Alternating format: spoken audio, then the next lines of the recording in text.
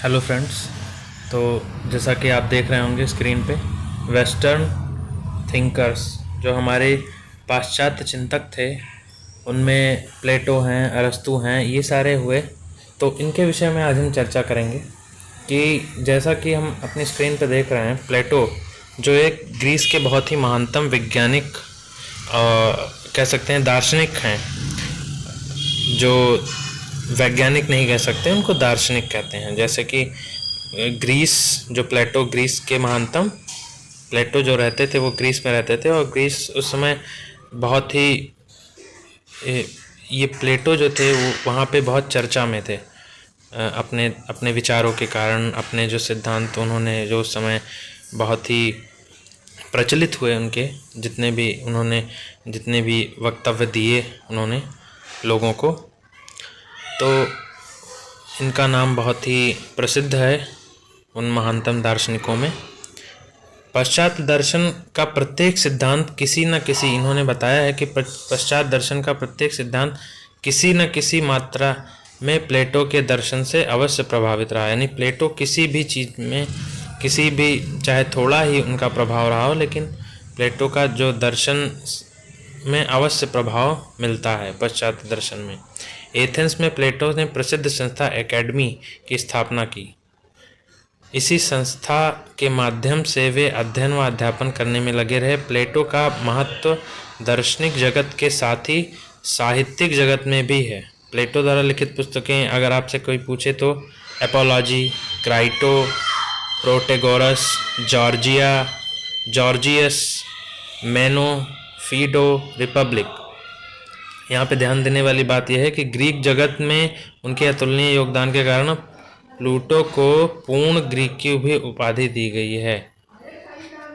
अब वर्चूज़ के बारे में, सद्गुण के बारे में वो क्या कहते हैं, तो सद्गुण नीति शास्त्र नियमों या परिणामों की अपेक्षा व्यक्ति के गुण और गुण में भी सद्गुण पर बल देता है, वर्चूज़ पर।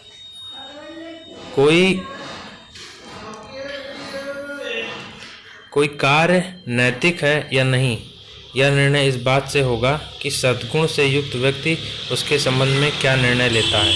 उदाहरण के लिए, किसी व्यक्ति में न्याय का सद्गुण है तो जटिल से जटिल परिस्थिति में भी उसका व्यवहार न्यायपूर्ण ही होगा। इसके अंतर्गत प्लेटो और अरिस्तु के सिद्धांतों का अध्ययन महत्वपूर्ण है।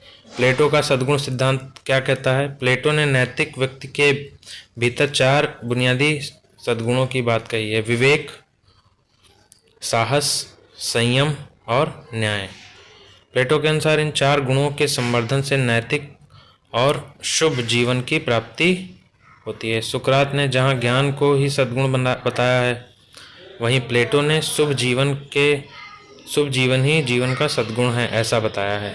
और उसके लिए 4 बुनियादी बातों की बात कही है, जिसमें विवेक, साहस, संयम, न्याय। अरस्तु का सद्गुण सिद्धांत क्या कहता है? पश्चिमी दुनिया में अरस्तु प्रथम लेखक थे जिन्होंने नीति शास्त्र पर पुस्तक लिखी। अरस्तु का गोल्डन मीन का सिद्धांत उनके सद्गुण सिद्धांत के मध्य में है, जिसके अनुसार व्यक्ति को शुभ और अशुभ के अतिरेक से बचना चाहिए। यानी किसी का भी शुभ और अशुभ का अतिरेक, यानी बहुत ज़्यादा उसका प्रभाव नहीं हो, इससे बचना चाहिए। यह काफ़ी कुछ वैसा ही है जैसे बुद्ध का मध्यम प्रतिपदा पार दर्शन, यानी मध्यम मार्ग जो अपनाने की बात कही है बुद्ध ने, सिमिलर वैसा ही था अरस्तु का भी जो दिया हुआ सिद्धांत जो था, नीति शास्त्र की पुस्तक जो लिखी थी। अब अरिस्टोटल क्या कहते हैं? अरस्तु जो हैं वो महान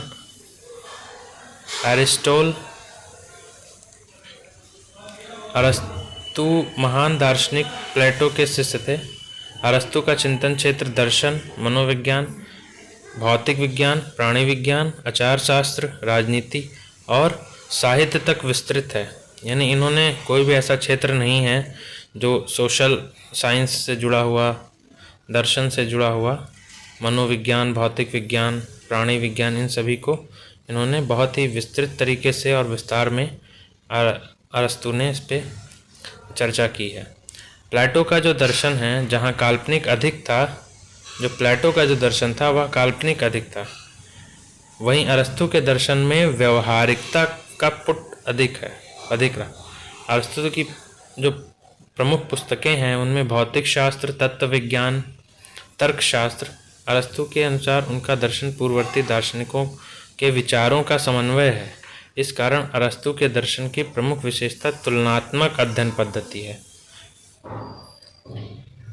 तुलनात्मक अध्ययन पद्धति है अरस्तु का जो प्रमुख, अरस्तु दर्शन की प्रमुख विशेषता क्या है? तुलनात्मक अध्ययन की जो पद्धति है। अब इसमें कारणता थ्योरी ऑफ कॉजेशन, प्लेटो की तुलना में अरस्तु की प्रवृत्ति अन्य जगत की व्याख्या करने की कम, अपने जगत की व्याख्या करने की अधिक है। संभवतः इसलिए कुछ दार्शनिकों ने प्लेटो की तत्वमीमांसा की परिकल्पनात्मक यानी स्पेक्युलेटिव या स्वप्नदर्शी रिविजनरी कहा है, जबकि अरस्तु की तत्वमीमांसा को वर्णनात्मक डिस्क्रिप्टिव कहा है।